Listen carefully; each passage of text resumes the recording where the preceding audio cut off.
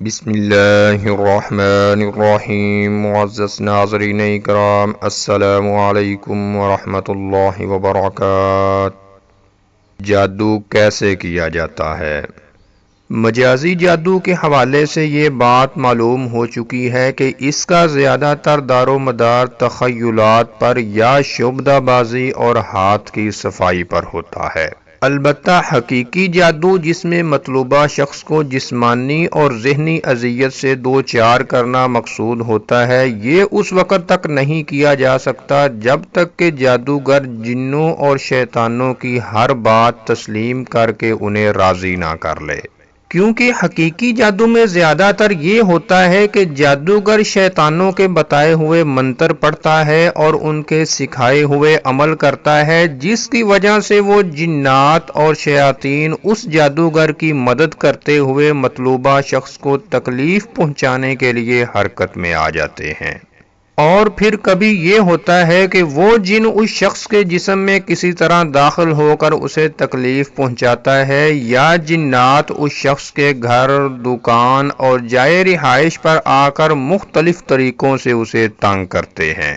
کبھی گھر کی چیزیں توڑ کر نقصان کرتے ہیں اور کبھی براہ راست اسے تکلیف پہنچاتے ہیں۔ ناظرین اکرام، لیکن اس سے پہلے اس شیطان اور جادوگر کے درمیان بعض ایسے عہد و پیمان ہوتے ہیں کہ جادوگر ان پر عمل کرنے پر مجبور ہوتا ہے، اور صاف سی بات ہے کہ شیطان جو انسان کا ازلی دشمن ہے اور اسے کسی نہ کسی طرح جہنم میں پہنچانے کے لیے کوشش کرتا رہتا ہے، وہ یقیناً جادوگر کو ایسے عمل ہی بتائے گا جس سے آدمی کافر ہو کر جہنم کا مستحق ہو جاتا ہے۔ ان کفریہ اعمال کی چند ایک صورتیں درج ذیل ہیں۔ پہلے نمبر پر بعض صورتیں ایسی ہیں کہ جن اس جادوگر کو کفر و شرک کا حکم دیتا ہے، مثلا سورج، چاند، ستاروں وغیرہ کو سجدہ کرنے کا حکم دیتا ہے اور جادوگر اس کے حکم کی تعمیل کرتے ہیں۔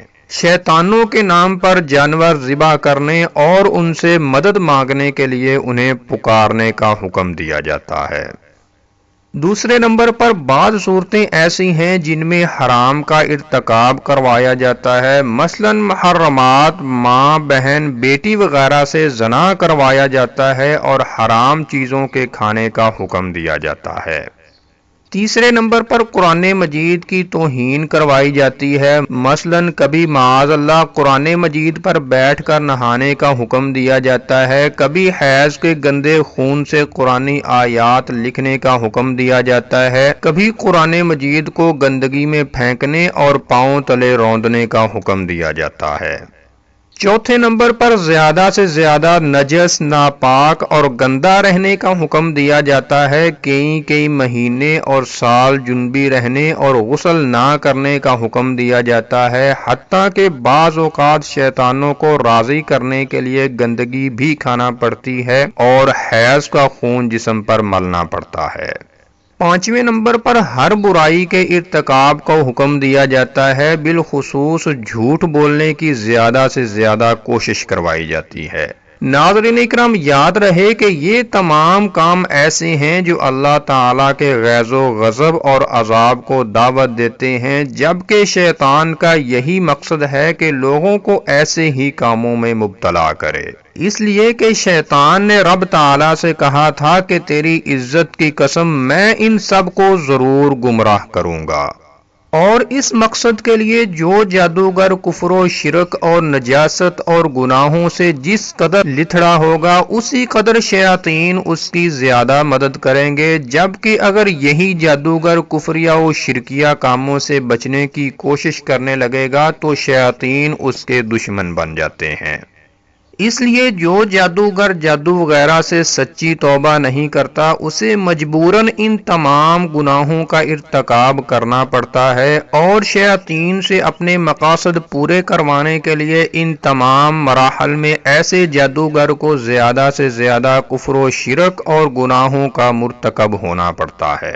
تب جا کر شیاطین اس کے پاس اپنی آمد و رفت شروع کرتے ہیں، اور اسی صورتحال کی طرف قرآن مجید نے اس طرح ارشاد فرمایا ہے۔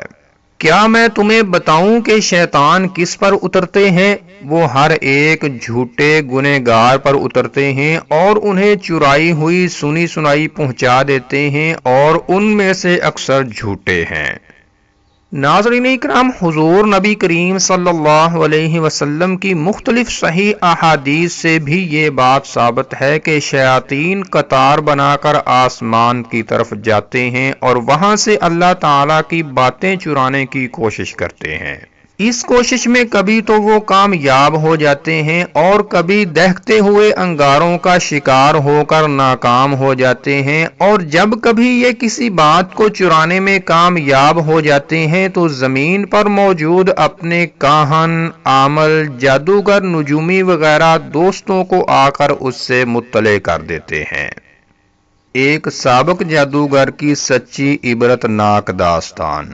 ناظرین اکرام، ابھی حال ہی میں انصاف سنڈے اسپیشل میں ایک بڑے جادوگر استاد بشیر احمد کی عبرتناک داستان منظر عام پر آئی۔ اس نے اپنی آپ بیتی میں اعتراف کیا کہ میں نے جنات نکالنے اور جنات سے کام لینے کے لیے شیطانی اور کالا علم سیکھنے کے شوق میں اپنی زندگی کے 15 سے زائد قیمتی سال ضائع کیے ہیں۔ اس میدان میں آ کر مجھ پر منکشف ہوا کہ شیطانی علوم سیکھنے کی پہلی شرط ہی شرک ہے۔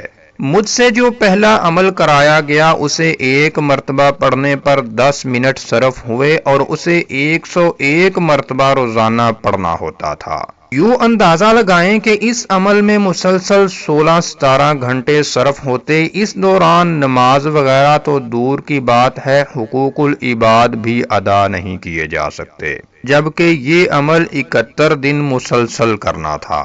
اتنے طویل عمل کے بعد ایسا انسان کسی کو نارمل بھی نظر نہیں آ سکتا، اور نہ وہ نارمل زندگی گزار سکتا ہے۔ ناظرین اکرام، استاد بشیر احمد کے بقول یہ شیطانی عمل حاصل کرنے کے بعد میرے ہاں جو اولاد پیدا ہوتی فوت ہو جاتی۔ بچے کی پیدائش کے فوراً بعد اس کے جسم کی رنگت نیلی ہو جاتی۔ علاج معالجہ سے بھی کوئی فرق نہ پڑتا۔ اس دوران میرے 4 بچے فوت ہو گئے۔ اس کی بیوی نے بھی بالآخر اس سے ڈر کر اسے چھوڑ دیا، اور وہ ساری عمر اولاد کی حسرت لیے دنیا سے کوچ کر گیا۔ اور وہ کہا کرتا تھا کہ مجھے ان عملیات کی بدولت بہت شہرت اور عزت نصیب ہوئی، دوست احباب کا بھی وسیع حلقہ قائم ہوا، لیکن یہ سب کچھ میرے کس کام کا؟ نہ ہی میری بیوی میرے پاس رہی، اور اللہ کی خاص نعمت اولاد سے بھی میں محروم رہا۔ اب میرے بعد میرا نام لینے والا کوئی نہیں ہوگا۔ وہ کہا کرتے تھے میں نے اپنی زندگی اپنے ہاتھوں سے تباہ کر لی۔ تو ناظرین اکرام، یہ تھی آج کی ویڈیو، اور اگر آپ کسی چیز کے منحوس ہونے کے متعلق قرآنی، اسلامی اور روحانی طور پر ویڈیو دیکھنا چاہتے ہیں تو اوپر کراس کے بٹن پر کلک کر کے دیکھ سکتے ہیں۔ السلام علیکم ورحمۃ اللہ وبرکاتہ۔